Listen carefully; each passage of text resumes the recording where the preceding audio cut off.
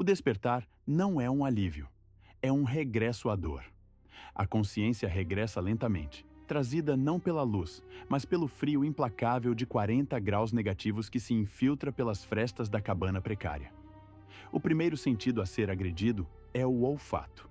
Uma sinfonia nauseabunda de corpos por lavar, de gordura rançosa com que todos se cobrem para isolamento, do fumo acre da fogueira que ardeu durante a noite e, acima de tudo, do odor penetrante dos dejetos humanos.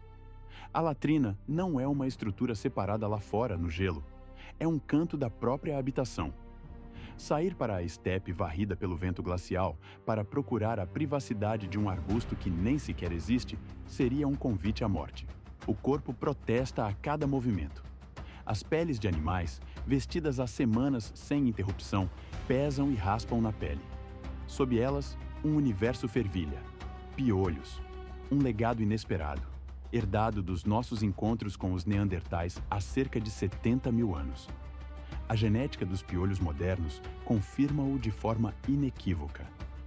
Quando os nossos antepassados interagiram intimamente com os seus primos evolutivos, receberam este presente duradouro. Uma dor aguda atravessa o tronco ao tentar sentar-se. É a memória da caçada de ontem. A carga daquele bisão quase o esmagou. Uma costela partida, a sarar lentamente há mais de uma semana, lateja sem cessar. Não há medicina, apenas o isolamento num canto.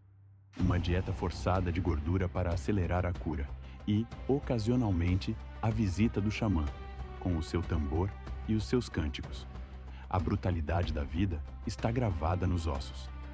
As estatísticas dos fósseis neandertais são um testemunho silencioso. Em cada 2 crânios encontrados, um apresenta marcas de trauma, arcos zigomáticos partidos, fraturas mal curadas. O antropólogo Eric Trinkaus, ao analisar a distribuição destas lesões, descobriu uma correspondência surpreendente. Os padrões de trauma nos neandertais eram idênticos aos dos cowboys de rodeio profissionais. Imagine-se, cada dia um rodeio mortal, mas em vez de um touro, a presa é um mamute ou um rinoceronte lanudo. É hora de comer. As reservas são um pedaço de rena abatida há talvez 5 dias. O cheiro da putrefação já se instalou, mas a fome é um imperativo maior. A próxima caçada pode ser bem-sucedida, ou pode terminar em fracasso e mais ferimentos. Etnógrafos modernos, ao estudarem os últimos povos caçadores-coletores, descrevem a carne em decomposição como um elemento comum na sua dieta. Come-se o que há. Para variar, o menu pode incluir larvas de besouro, lagartas ou minhocas.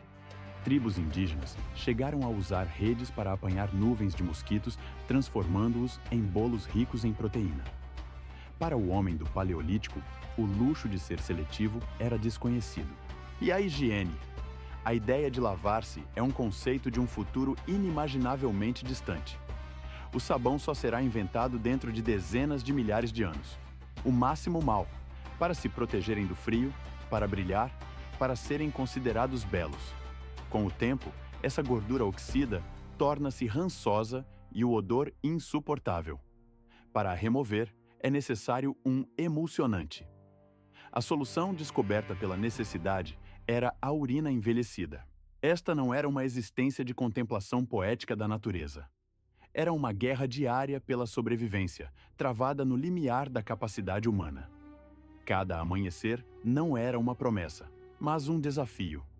E a sua única recompensa era a possibilidade de ver o sol nascer mais uma vez. Nas palavras do explorador do Ártico, Robert Peary, ao descrever as moradas dos Inuit, o ar é tão denso de fumo e vapores que se poderia, como ele escreveu, pendurar um machado no ar. Um europeu não suportaria por muito tempo tal atmosfera. O cheiro acre da gordura queimada misturado com o calor de corpos amontoados. Mas esta atmosfera, insuportável para um estranho, era o santuário precário contra um mundo que não perdoava. Vive-se numa estrutura permeável ao vento cortante, uma construção efêmera, pois não se ergue nada monumental. Em 1 ou 2 dias, tudo terá de ser abandonado. A comida esgota-se com uma rapidez assustadora e na cabana coabitam 15 almas, incluindo crianças, anciãos e mulheres grávidas. Todas as funções do organismo, sem exceção, desenrolam-se neste único espaço partilhado. Ao amanhecer, o conselho reúne-se. Os homens, os caçadores, devem tomar a decisão que dita a vida ou a morte, permanecer e arriscar a caça, ou mover-se para um novo território. A comida restante durará talvez 3 dias. Contudo, na véspera, os caçadores avistaram uma manada de cavalos a cerca de 50 quilômetros de distância. 50 quilômetros. Para eles, uma distância trivial, uma marcha comum. Imaginamos o homem primitivo como um ser livre, senhor do seu destino, capaz de vaguear para onde o coração o levasse. Tecnicamente, sim. Não existem passaportes, fronteiras ou alfândegas. Mas na prática, a sua existência é uma corrente perpétua, uma obrigação incessante de se mover para sobreviver. Não é liberdade, é um fardo esmagador. São um povo sem pátria, condenado a um êxodo sem fim para não morrer de fome. E esta não é uma caminhada de lazer. São dezenas de quilômetros, dia após dia, carregando os seus parcos bens, as mulheres grávidas, as crianças que ainda não andam. Tudo isto sob um frio de 40 graus negativos durante um inverno que, no auge da idade do gelo, se estende por 10 meses do ano. O relevo muscular gravado nos ossos dos nossos antepassados, especialmente nas pernas, conta esta história de caminhada infinita. Até as mulheres, as coletoras, percorriam vastas distâncias com os filhos às costas, em busca de raízes, bagas ou nozes. A decisão está tomada. Mover-se. É preciso reunir os pertences. Não são muitos. Peles para a futura morada. Um punhado de ferramentas de pedra. Machados, raspadores, pontas de lança. Restos de comida. Tudo isto tem de ser carregado às costas. Não há carroças, nem animais de tração. Apenas a força das pernas. Cada um pega no seu fardo de peles, onde os bens estão enrolados. 20 quilos, talvez. Os homens carregam mais para além das suas armas. As mulheres levam os filhos e a sua própria carga. As mulheres, cronicamente grávidas, também carregam o seu fardo. Não há escolha. E a marcha começa, hora após hora, através da estepe coberta de neve. O vento queima o rosto. Uma camada de gordura na pele oferece uma proteção ínfima, mas não impede a dor. Os pensamentos fixam-se nas necessidades mais básicas. Onde será a próxima paragem? Onde poderemos construir um abrigo? Haverá água? Um riacho? Um rio congelado? Será possível encontrar lenha para o fogo? De repente, no horizonte, um fio de fumo, a fogueira de um estranho. Outro grupo? O coração acelera, mas não de esperança, de medo. Do ponto de vista do homem primitivo, qualquer estranho é uma ameaça em potencial. Não importa quem seja. Outro Neandertal, um Cro-Magnon, parentes distantes. Se é um homem barbudo com uma lança, é preciso atacar primeiro, porque a hesitação é a morte. Se forem mulheres, pode-se observar, talvez negociar, talvez integrá-las no grupo. Mas os homens são, por defeito, inimigos. Foi talvez esta desconfiança primordial, esta matemática brutal da sobrevivência, que ditou o destino de espécies inteiras, favorecendo não necessariamente os mais fortes na caça, mas os mais coesos e desconfiados na defesa do seu pequeno universo. O seu mundo era vasto e sem limites, mas cada encontro era uma fronteira, cada estranho, um ato de guerra. A sua liberdade era a sua prisão, um vasto território onde cada sombra podia esconder um inimigo, e a única segurança residia no movimento incessante, uma dança trágica e interminável com a extinção. Em um de cada 2 esqueletos, o eco silencioso de um crânio fraturado. Uma assinatura de violência gravada no osso, testemunha de uma era em que o encontro entre estranhos oscilava no fio da navalha entre a vida e a morte. A razão era demográfica, uma questão de números e ímpeto. Os Cro-Magnon eram mais numerosos. Avançavam como uma maré humana imparável, uma onda que se originara no calor e na abundância de recursos de África, espalhando-se por uma Europa glacial. Os neandertais, em contraste, eram ilhas de existência, algumas dezenas de milhares de almas dispersas por um continente inteiro, dissolvendo-se lentamente no novo fluxo genético através de uma assimilação frágil e, por vezes, fatal. O seu grupo avança pela paisagem gelada. Ao longe, fumo. Um outro acampamento. A aproximação é cautelosa, cada passo um cálculo de risco. O outro clã percebe a vossa presença. Num instante, os homens empunham as suas lanças, os músculos retesados, os olhares cravados nos vossos. A tensão é palpável, uma energia que crepita no ar gélido. O mundo prende a respiração. Mas, subitamente, um dos seus líderes faz um gesto de paz, baixando a ponta da sua arma. O vosso chefe responde, espelhando o movimento. Começam as negociações. A língua é uma barreira intransponível, um abismo de sons desconhecidos, mas a linguagem universal dos gestos constrói uma ponte, talvez uma troca. O vosso clã possui pontas de lança de sílex de qualidade excepcional, lascadas com uma perícia transmitida através de gerações. Eles, por sua vez, têm algo raro, algo que brilha com o calor do sol aprisionado. Âmbar. Uma resina fóssil que viajou desde a costa, a mais de 300 quilômetros de distância, passando de mão em mão, uma relíquia de um mundo distante. O acordo é selado. A vossa recompensa: 3 pedaços de âmbar bruto. As mulheres do clã irão poli-los, perfurá-los e transformá-los em colares. Não é apenas um adorno, é um símbolo de estatuto, de uma viagem bem-sucedida, de uma aliança forjada. Eles recebem 5 das vossas melhores pontas de lança, ferramentas que garantirão o seu sustento e a sua defesa. Todos saem satisfeitos. A separação é pacífica. Mas o guião poderia ter sido outro. Um movimento em falso, um olhar mal interpretado, e o ar ter-se-ia enchido de gritos e do som de madeira a estilhaçar osso. Metade do vosso grupo poderia ter ficado ali para sempre, os seus corpos a alimentar a terra fria. Ou, num destino ainda mais sombrio, poderiam ter sido eles a alimentar os vencedores. O vosso grupo alcança finalmente o local para a nova paragem. O acampamento é erguido com uma eficiência nascida da necessidade. Estruturas de varas e peles de animais tomam forma, frágeis baluartes contra o vento cortante. Acender o fogo é uma tarefa primordial que consome 1 hora inteira. É preciso encontrar madeira seca, protegida da umidade. Depois, o trabalho paciente de gerar uma faísca com sílex e pirite, de a nutrir em erva seca, de soprar suavemente até a chama ganhar vida. O fumo enche a cabana, pica os olhos, arranha a garganta.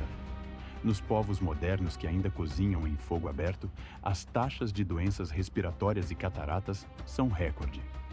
O fumo e a fuligem cobram o seu preço invisível. Mas o fogo existe, é calor, é luz, é o coração da comunidade.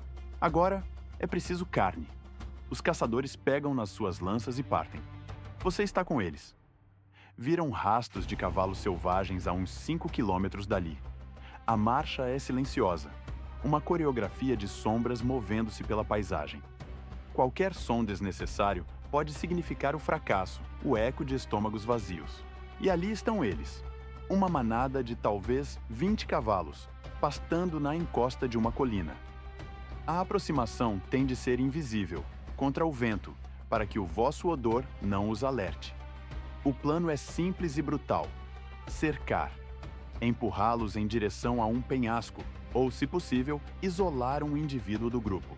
Um animal jovem, menos rápido. As lanças estão prontas. Um sinal. Os caçadores explodem dos seus esconderijos, gritando, quebrando o silêncio. Os cavalos entram em pânico, um turbilhão de músculos e cascos. Um deles, um potro jovem e forte, separa-se da manada na confusão. É o alvo. Em segundos, está rodeado. Ele debate-se, tentando romper o círculo de predadores. As lanças voam, uma atinge-o no flanco. O animal cai, mas a sua força de vontade é imensa e ele levanta-se, cambaleante. Mais uma lança. E outra. Finalmente, o potro colapsa e não se move mais. Sucesso! Mas a um custo. Um dos caçadores foi atingido por um coice no peito. Uma costela partida. Ele é arrastado de volta para o acampamento, o seu rosto uma máscara de dor. Ficará deitado durante talvez 2 semanas. Se sobreviverá, é incerto. A seleção natural é um juiz implacável. A carcaça do cavalo, com os seus 300 quilos, é demasiado pesada para ser transportada inteira. O desmanche é feito no local. As partes mais valiosas são removidas primeiro: o fígado, o coração, a língua, os pedaços ricos em gordura. O resto, ser. A caminhada de regresso é uma provação. 5 quilômetros com 20 quilos de carne ensanguentada sobre os ombros. É normal. É a rotina. Um estivador moderno, depois do trabalho, vai para casa, onde uma refeição quente o espera. Você regressa a uma cabana fria, acende uma lâmpada de gordura animal e, enquanto o fogo é reavivado, mastiga uma raiz seca que guardou no bolso. É neste abismo, entre o esforço e a recompensa, entre o perigo mortal e a sobrevivência por mais um dia, que reside a fundação do nosso mundo. Cada conforto, cada segurança que tomamos por garantida, foi comprada com o sangue e o suor de incontáveis gerações como esta, cujo único luxo era o nascer de um novo sol. Um fio invisível liga a nossa existência à sua luta, um lembrete silencioso de que a sobrevivência nunca foi uma promessa, mas sim uma vitória conquistada a cada instante. O ar denso da noite primeva crépita com um som sagrado. O da carne a assar sobre o fogo. Um aroma espesso e pungente eleva-se com a fumaça. Uma promessa de vida num mundo onde a morte é uma sombra constante. Hoje haverá um banquete. Pedaços de músculo e gordura sibilam sobre as chamas, transformando-se no mais precioso dos tesouros. O fígado, fonte de força, é devorado quase cru, ainda quente da vida que o animava há poucas horas.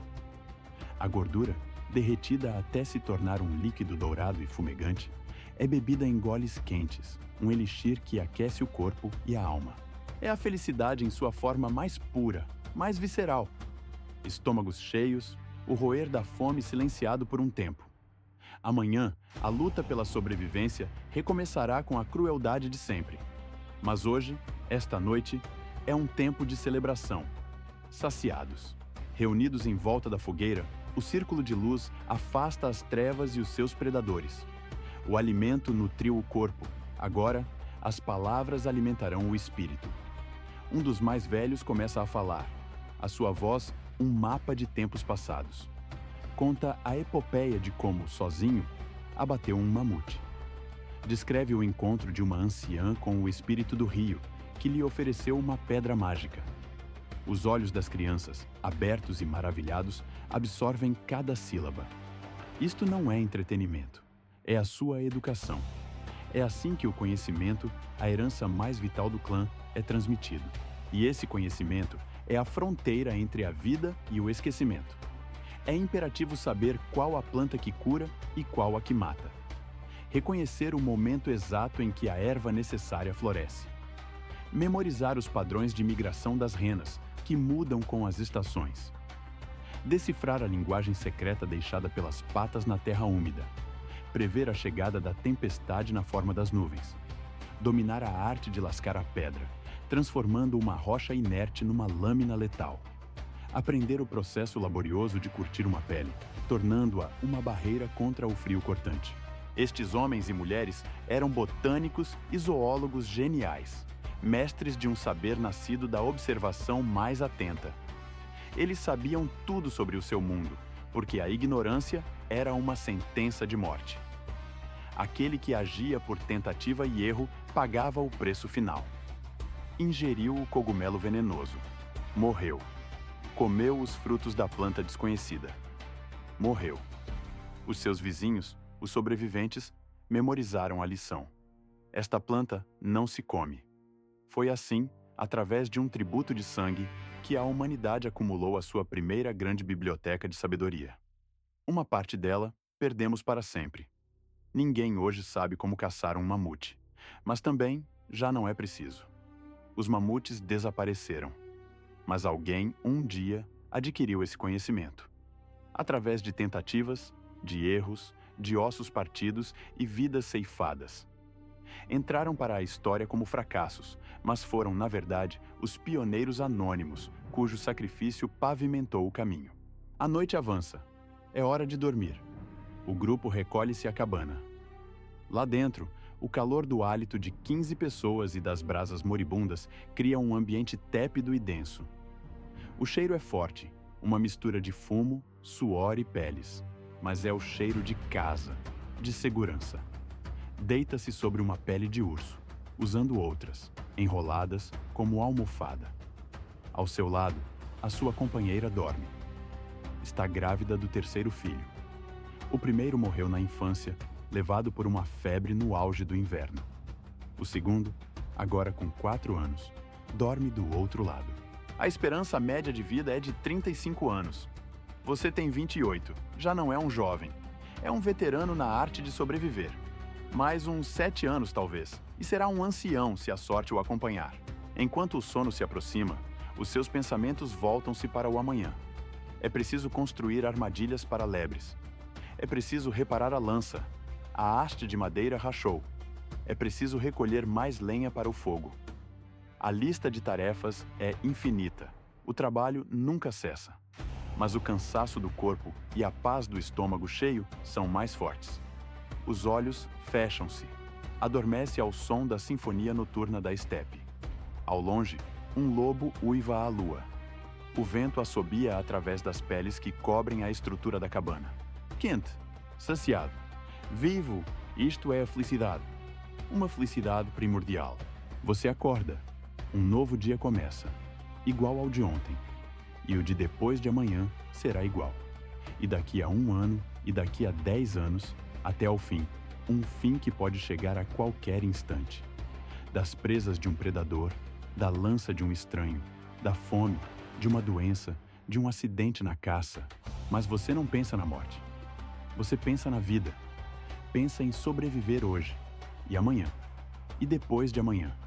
Um passo de cada vez, um dia de cada vez. E você sobrevive. Porque você é humano, racional, social, capaz de cooperar, de partilhar, de amar os seus e de proteger os mais fracos. É por isso, por causa desta tenacidade silenciosa, que os seus descendentes, daqui a 30 mil anos, inventarão a agricultura. E daqui a 40 mil anos, a escrita. Eles não sabiam, mas em cada amanhecer conquistado, em cada história partilhada, não estavam apenas a sobreviver. Estavam a tecer, fio a fio, o próprio tecido da humanidade. 50 mil anos antes da humanidade sonhar em voar para o cosmos, a existência era uma sinfonia brutal, tocada num tom menor. A vida desdobrava-se a 40 graus negativos, num mundo esculpido em gelo e desespero. O lar não era uma fortaleza, mas um abrigo precário, fustigado pelo vento, onde o calor de uma fogueira era a frágil fronteira entre a vida e a morte. Parasitas eram companheiros constantes, e o pequeno almoço, muitas vezes, consistia nos restos de uma caça incerta, a carne já tocada pelo tempo. Esta era a normalidade. Esta era a vida do homem primitivo. Cada dia era uma odisseia, um teste de resistência gravado na paisagem implacável da Idade do Gelo. Um indivíduo podia percorrer centenas de quilômetros numa semana, movido por uma fome que nunca cessava. O perigo espreitava não apenas nas sombras da megafauna, mas nos olhos de outros grupos humanos, onde a sobrevivência podia significar o mais terrível dos sacrifícios.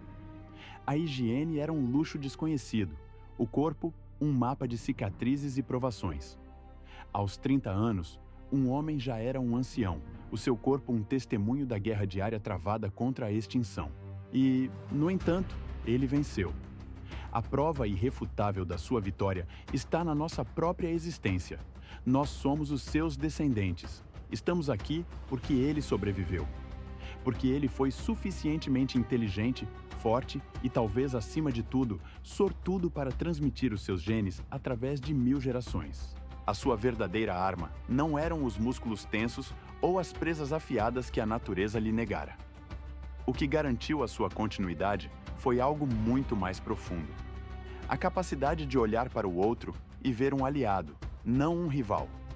o otimismo perante um horizonte desolador, a recusa em render-se, o instinto de proteger os seus e de ajudar os mais fracos.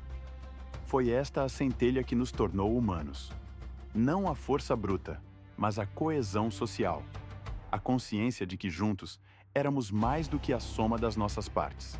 A socialização foi o nosso verdadeiro superpoder. A herança que recebemos não é apenas um código genético de resiliência, mas um eco primordial da nossa necessidade de união. É um legado não de pedra e osso, mas de empatia e cooperação, que ressoa através dos milênios, definindo o que significa, na sua essência mais pura, pertencer à humanidade.